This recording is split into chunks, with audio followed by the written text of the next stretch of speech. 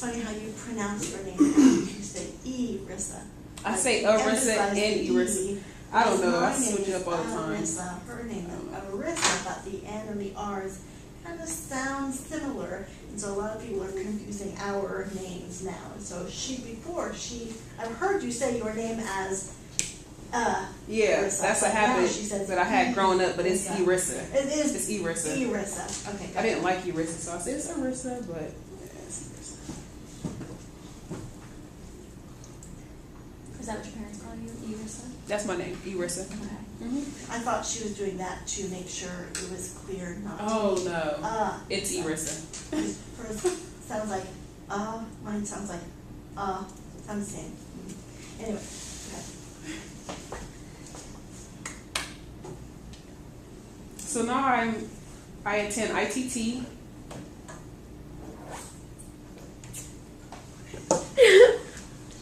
And I'm majoring in criminology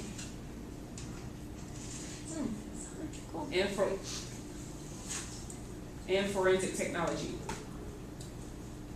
And I started about a year ago, but I stopped going to the program and I'll go back probably in March. And I did that because I wanted to work in a lab here.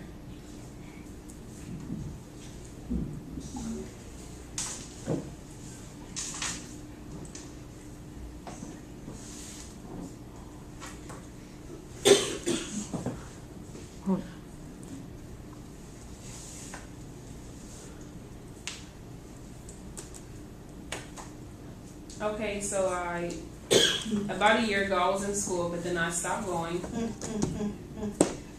I got cut from the program. Who cut the program? Who did? They did. So the school had cut the program. And that's what, so they recently just brought the program back.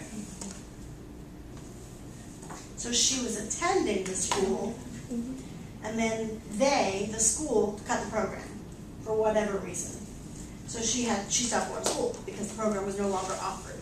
So then they decided to go ahead and offer the program again. So now you're back. So now next month I'm going to be back in college, and it's ITT. So that's here, right?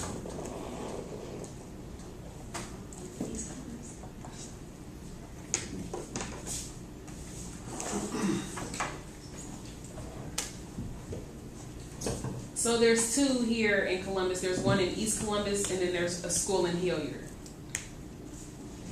And I went to the one in East Columbus. And I really like that because I can study the DNA, blood,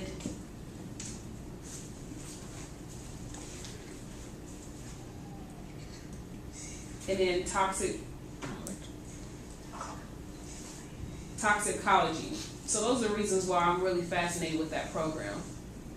And I also love crime and investigating and figuring out why things happen. So that's why I really like that program. But as of right now, I'm searching for a deaf person who works in that field, so I can meet them and, just know a little bit more about how the job is instead of having it.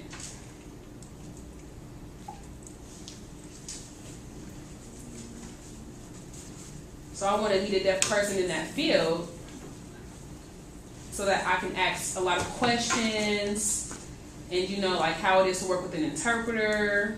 Do they provide them? Do they provide interpreters? Just how it is in the environment, period. So I just want to know how it is for a deaf person to work in that field. I found a deaf person, but they're all the way, but they live all the way in Alaska, so I can't really go to Alaska. So I want to search for someone who stays here in Columbus. How did you find that deaf person, Kristie?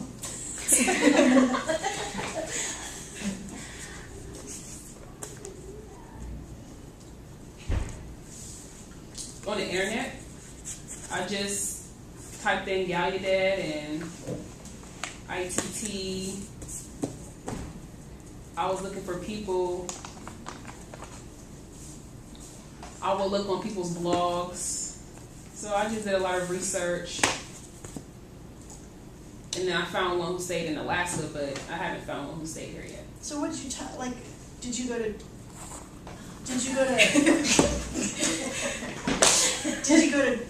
did you type them in Google, or did you go to Gallaudet's website and type in a search there? Like, what was the process? What was the process? What were the specific things that you did to find a deaf person? I contacted Gallaudet and I looked.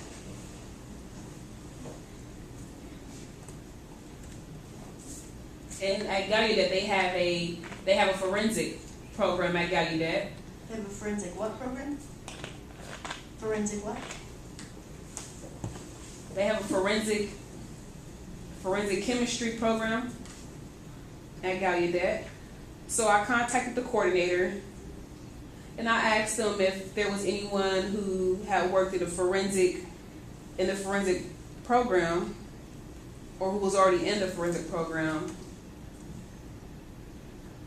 And I also contacted ITT's coordinator.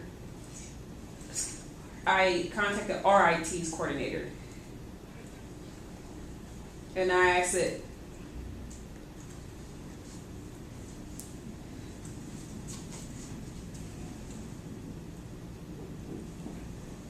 oh, and I looked at people's blogs and then I contacted them.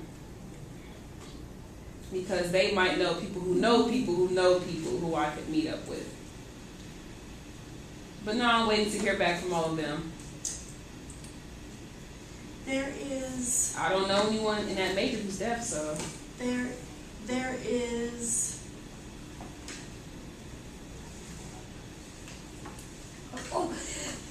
There is. I know a hard of hearing student that now lives in Indiana, I think, that has done some stuff in the forensic area. I could always give you her name. She's on Facebook. She doesn't use interpreters as much because she speaks for herself and she has a lot of hearing, but she has used interpreters. So that might be someone you could contact. I don't know that her interest was forensic science or criminology, but I know she's done like some all-day events with like firefighters and forensic people and cops and things like that. So I'll give you her name. Mm-hmm. Okay, I will. Sure. Yeah, will help. What kinds of classes are involved in your program?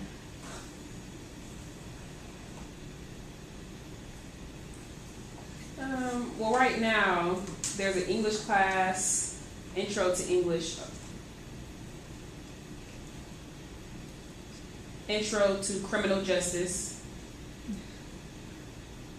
and there's other classes that teach you how to use computers and technology. I have to take a science class, a math class, and then after I take those classes, I have to take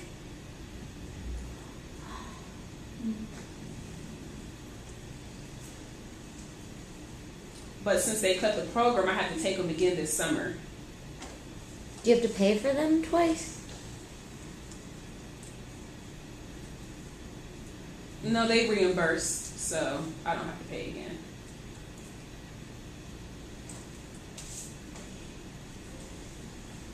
It's $18,000.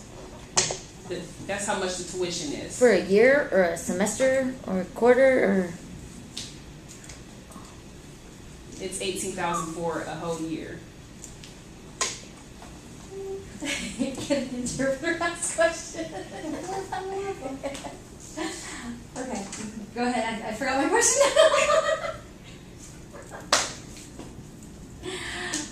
There you go.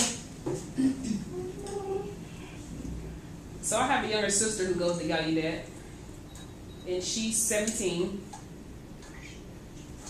She's a freshman at Gallaudet. She's 19, and she's a freshman. She cut all her hair off. She's bald now. So they say that it's a tradition for all of the freshmen who go to Gallaudet to shave their hair off. And it's because back in the 70s, around the 70s or 80s, there was a girl who had cancer, and she was in chemotherapy. So to make her feel better, everyone else shaved their hair along with that girl so that she wouldn't feel alone. And they've been doing that ever since that happened. So now all the freshmen will shave their hair.